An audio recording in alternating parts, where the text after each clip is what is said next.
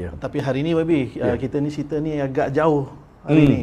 Yang pastinya memang penonton kita kalau tengok soalan-soalan sebelum ni kita terima orang-orang dari Sabah, kan? Apa khabar orang Sabah? Yang orang Sabah di Semenanjung dan sebagainya. Kita nak membicarakan topik PRN Sabah dan politik khianat. Ini agak signifikan ni YB, kan?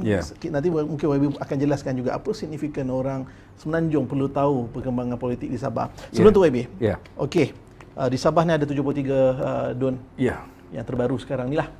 Termasuk yang terbaru termasuk yang terbaru. Cumanya kita maklum, Sabah macam di Semenanjung juga. Kalau persekutuan selepas 22 bulan digulingkan. Kalau di Sabah ni dia lewat sikit, lebih kurang 27-28 bulan lebih kurang, dan akhirnya tumpas juga. Atas sebab-sebab itu kurang daripada tempoh sepenggal yang 5 tahun tu. Jadi kalau di Semenanjung ada ceritanya, di Sabah ni macam ni ceritanya. Bagi sedikit kronologi. Baik. Okey, assalamualaikum warahmatullahi taala wabarakatuh. Bismillahirrahmanirrahim. Alhamdulillahirabbil alamin. Wassalatu wassalamu ala sayidina Muhammad wa ala alihi washabihi ajmain. Di Sabah ni lebih kurang kisahnya pun lebih kurang macam seperti apa yang telah berlaku di Semenanjung, yang mana adanya masalah politik khianat dan politik lompat yang menyebabkan akhirnya pihak yang kalah pilihan raya hampir mendapat kerajaan. Kerana dia sudah cukup hampir nak dapat, dia kata dia dah dapat cukup adun, tetapi pihak Ketua Menteri pada ketika itu, iaitu yang masih lagi sebagai Ketua Menteri sekarang ini, dia telah bertindak dengan cepat dan bertemu dengan Tuan Yang Terutama TYT dan meminta supaya DUN itu dibubarkan. Maka dengan cara itu ianya menggagalkanlah tujuan dan matlamat di sebalik pengkhianatan politik itu, iaitu untuk merampas kerajaan tanpa mandat daripada rakyat. Ini memang satu trend yang cukup berbahaya. Di mana orang yang ada duit, dia boleh membeli kerajaan. Dia boleh membentuk kerajaan dengan membeli adun-adun itu, dan dengan menggunakan duit itu dia boleh menguasai kerajaan. Dan sekarang ini kita nampak ianya dilakukan oleh orang tempatan yang membeli ahli politik tempatan, oleh kerana dia ada duit dan sebagainya. Tetapi tidak mustahil kalau budaya politik wang yang seperti ini dan membeli adun dan ahli parlimen yang seperti ini dibenarkan oleh rakyat untuk berterusan, maka satu hari na'udzubillah akan berlaku peristiwa di mana kuasa luar dia pun boleh beli melalui proksinya semua adun-adun ataupun ahli-ahli parlimen, sehingga mereka menguasai politik negara. Lalu ini satu perkara yang kita kena faham bahawa ianya merupakan satu ancaman terhadap demokrasi dan kemerdekaan negara kita sendiri. Di mana rakyat, bila kita capai merdeka, rakyat menguasai dan rakyat memilih kerajaan. Yang dikatakan kerajaan oleh rakyat, bagi rakyat, dan untuk rakyat. Tapi kalau kiranya politik wang seperti ini dibenarkan, maka siapa saja yang disokong oleh rakyat, dipilih oleh rakyat, dia boleh dibeli pula oleh pihak lain, sehingga dia sendiri tidak lagi mewakili rakyat. Dia hanya menggunakan kedudukan dia untuk kepentingan diri, dapat duit, dan dia jual kesetiaan dia kepada pihak yang membeli dia. Dan inilah yang penting yang untuk kita semua memahami. Sekarang ini di PRN Sabah, Pilihan Raya Negeri Sabah, rakyat Sabah berhak untuk menzahirkan penolakan dan bantahan mereka terhadap politik wang dan politik khianat ini. Kita semua kena memberikan sokongan yang sepenuhnya kepada Parti Warisan dan Pakatan Harapan yang bertanding untuk menentukan bahawa pihak yang nak cuba menguasai kerajaan negeri Sabah melalui politik wang ini, mereka akan digagalkan dan mereka dengan secara jelas ditolak oleh rakyat Sabah. Ini peluang keemasan. Dia ni berbeza dengan PRK yang lain yang sebelum ini. PRK pilihan raya kecil tu melibatkan satu kawasan. Betul. Tapi yang ini melibatkan satu negeri. Dan kita nak tentukan bahawa pilihan rakyat yang terawal pada 2018 itu akan kekal dan mandat itu dipertahankan. Politik khianat dan politik wang digagalkan dan ditolak dengan sepenuhnya, dan itu akan merupakan satu mesej yang cukup penting yang warga Sabah dan rakyat Sabah boleh ajar kepada rakyat di negeri-negeri lain di Malaysia. Dan politik, orang-orang politik pun akan takut dengan keadaan yang sebegitu, yang mana ketegasan inginkan politik yang bersih, inginkan politik yang berprinsip, inginkan politik mewakili rakyat diagungkan. Ini yang kita harap dapat kita capai melalui politik ataupun pilihan raya negeri Sabah atas peristiwa khianat yang telah berlaku. Kita juga kena faham Saiful bahawa pilihan raya ni berlaku oleh kerana khianat itu. Dan oleh kerana diadakan pilihan raya itu, maka kerajaan terpaksa berbelanjakan berjuta ringgit untuk mengadakan pilihan raya ini. Dalam keadaan kita memerlukan duit itu, tetapi oleh kerana adanya budaya khianat ini, golongan yang mementingkan diri, menolak mandat rakyat, nak lawan kehendak rakyat, nak gagalkan usaha rakyat untuk membentuk kerajaan, mereka khianati rakyat, maka duit rakyat terpaksa dibelanjakan oleh kerana mereka yang inginkan kuasa melalui pintu belakang dan tembok atap ini. Ini yang kena faham. Maka rakyat Sabah terpaksa keluar mengundi lagi. Kerajaan terpaksa belanja duit lagi. Semata-mata kerana ada golongan yang tak puas hati dia kalah pilihan raya. Dan kita nampak dalam sejarah selalunya yang tak puas hati kalah pilihan raya dan dengan itu cuba beli orang dan sebagainya adalah Barisan Nasional ataupun sekarang ni Perikatan Nasional. Sama je lah. Bila dia kalah, dia akan cuba beli orang, beli kesetiaan dengan jawatan, dengan JLC, dengan duit, dengan ini, dengan itu, supaya jatuhkan kerajaan pilihan rakyat yang dipilih oleh rakyat, supaya mereka pula dapat dapat berkuasa dan dapat menjadi kerajaan. Lalu pilihan raya di Sabah peluang keemasan.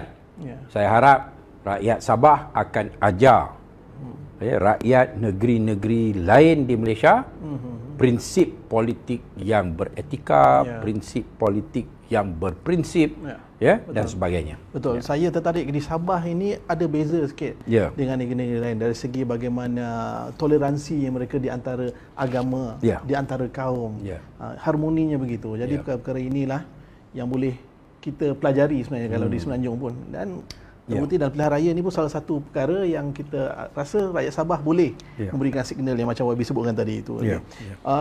Lagi satu YB, kita cerita satu konteks lagi lah. Untuk pusingan pertama ni pun maksudnya Muafakat Nasional atau Perikatan Nasional nampak seakan-akan mereka tak nak pilihan raya ni. Sebab mungkin satu ketakutan dibawa kes ke mahkamah dan sebagainya.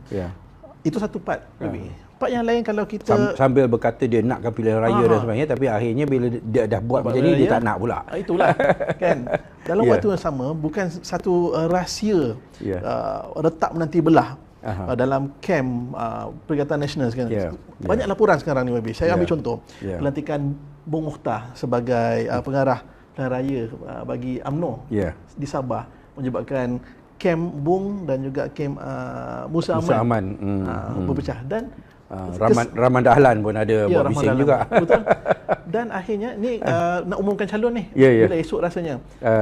Hari Khamis dengarnya. Dan dengar-dengarnya nama Musa Aman tak termasuk dalam calon. Masuk dalam senarai. Nampak di situ ada pergulutan dalaman di kalangan mereka. Dan lagi kemelut yang lain adalah agihan kerusi di kalangan anggota MPN atau MN ni lah. Di mana STAR, parti STAR ni sendiri mengugut untuk keluar daripada PN jika tak dapat 18 kerusi yang diminta. Dan yang terbaru timbalan Presiden STAR juga dikatakan keluar parti untuk menyertai warisan katanya. Kita tunggu signal yang itulah. Jadi sebenarnya kalau YB tengok ni rangkuman acara ataupun peristiwa-peristiwa ni, sebenarnya mereka ni macam mana sebenarnya ni? Inilah di antara perbezaan di antara pilihan raya kawasan, pilihan raya kecil dan pilihan raya negeri. Kalau macam pilihan raya kecil di satu kawasan, mungkin mereka boleh bertolak ansur. Oleh kerana kawasan itu ianya tidak akan membentukkan kerajaan lah apa dan sebagainya. Tetapi dalam kes bila ianya merupakan pilihan raya negeri, maka persoalan jumlah kerusi yang dimiliki oleh sesuatu parti akan menentukan corak kerajaan yang akan dibentuk dan sejauh mana mereka akan berpengaruh dalam kerajaan itu.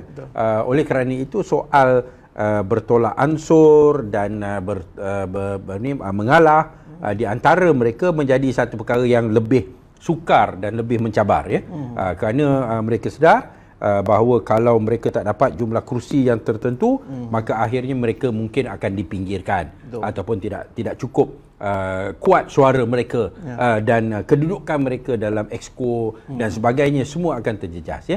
Lalu itulah kita lihat pilihan raya negeri ataupun pilihan raya umum kelak akan menjadi ujian apa yang dikatakan exit test lah, ujian yang sebenar sejauh mana kerjasama dan kesefahaman yang wujud. Pilihan raya kecil ni tu lain cerita. Tak sama. Itu beza Dan sentimen di Sabah ni, kalau kata sebelum pilihan raya yang lepas, berpuluh tahun rakyat Sabah hasil bumi yang banyak, tapi antara negeri termiskin di Malaysia. Jadi apabila berlaku perubahan dalam PRU yang lepas, warisan diberikan peluang, tapi tidak dapat untuk kata mengubah dalam keadaan yang sekejap, dan terpaksa disebabkan kerja pilihan atau kata YB tadi terpaksa jadikan pilihan raya semula. Jadi adakah wajar rakyat Sabah mengenangkan sejarah yang sebelum ini ditadbir oleh UMNO Barisan Nasional dalam keadaan kemiskinan, hasil bumi diambil, tapi adakah YB rasa mereka akan berpatah balik kepada MN? Yalah, tu kita harap tidak begitu. Dan sebagai tanda yang kita nak berikan kuasa kepada orang Sabah untuk menguasai bumi Sabah itu sendiri, maka itulah di antara sebab mengapa Parti Amanah Negara membuat keputusan bahawa kita akan menggunakan lambang warisan supaya mesejnya ialah ini merupakan satu pilihan raya untuk menentukan bahawa orang Sabah menguasai Sabah. Dan dengan jelas menyatakan bahawa calon Ketua Menteri kita adalah Datuk Seri Shafie Afdal. Tak timbul lagi masalah perselisihan dan sebagainya tentang persoalan jawatan Ketua Menteri dan sebagainya. Dan hari ini pun saya difahamkan DAP pun telah membuat pengisytiharan yang sama. Mereka juga walaupun logo DAP itu telah sekian lama established di Sabah, tapi oleh kerana nak tunjukkan messaging apa, messaging bahawa kita ni bersatu padu, bahawa kita ni terima bahawa Sabah ini adalah milik rakyat Sabah dan rakyat Sabah lah yang berkuasa ke atas bumi Sabah, dan Ketua Menteri adalah Shafie Afdal dan sebagainya. Messaging yang sebegitu semua mereka nak disampaikan melalui tindakan menggunakan logo yang sama, iaitu logo Parti Warisan. Walaupun PKR lebih awal telah mengumumkan mereka akan menggunakan logo PKR, itu hak mereka lah. Tapi benda ni memang pada 2018 pun dalam pilihan raya umum, Sabah dengan Sarawak ni berbeza logo Pakatan Harapan dalam PRU ke-14 tu memang tak boleh digunakan. Tetapi tak semua menggunakan logo PKR. Jadi Sabah tu yang mana PKR dia guna logo PKR, yang warisan dia guna logo warisan, yang DAP dia guna logo DAP. Itu oleh kerana di Sabah diberikan autonomi tetapi kali ini kita nak tunjukkan kepada rakyat Sabah bahawa kita bersatu. Maka menggunakan logo masing-masing tu mungkin messagingnya tak begitu jelas kerana pihak Cyber Troopers Perikatan Nasional ni dia sentiasa nak kata kita ni bertelagah lah, dia bertelagah tak apa, kita ni bertelagah lah, inilah itulah dan sebagainya. Lalu kita bagi pihak amanah kita mengatakan bahawa yalah kita pun kursi tak banyak, kita nak bertanding kan. Kita menyatakan bahawa kita nak tunjuk bahawa kita bersatu, tak ada perbalahan. Tak ada nak rebut siapa nak jadi ketua menteri. Kalau macam UMNO tu Bung Mokhtar nak jadi ketua menteri, Rahman Dahlan nak jadi ketua menteri, Musa Aman nak jadi ketua menteri, daripada Bersatu tu Azizi nak jadi ketua menteri, daripada Star lagi, semua ramai tapi bagi kita jelas, dan saya rasa dalam soal ini PKR pun jelas kerana mereka pun nak bertanding jumlah kerusi yang tidak begitu besar, tetapi mereka akan juga menerima Datuk Seri Shafie Apdal sebagai calon ketua menteri. Tak ada bergaduh ataupun berebut dalam soal itu. Hanya dari segi kerusi masih ada sedikit pertindihan.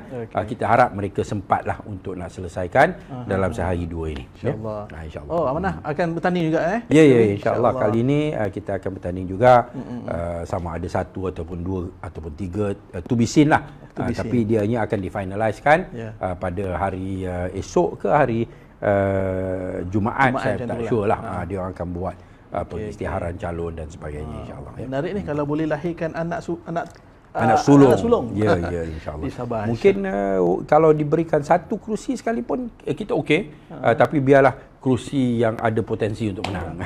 Sulung ni kembar juga, boleh jadi kembar lagi baik.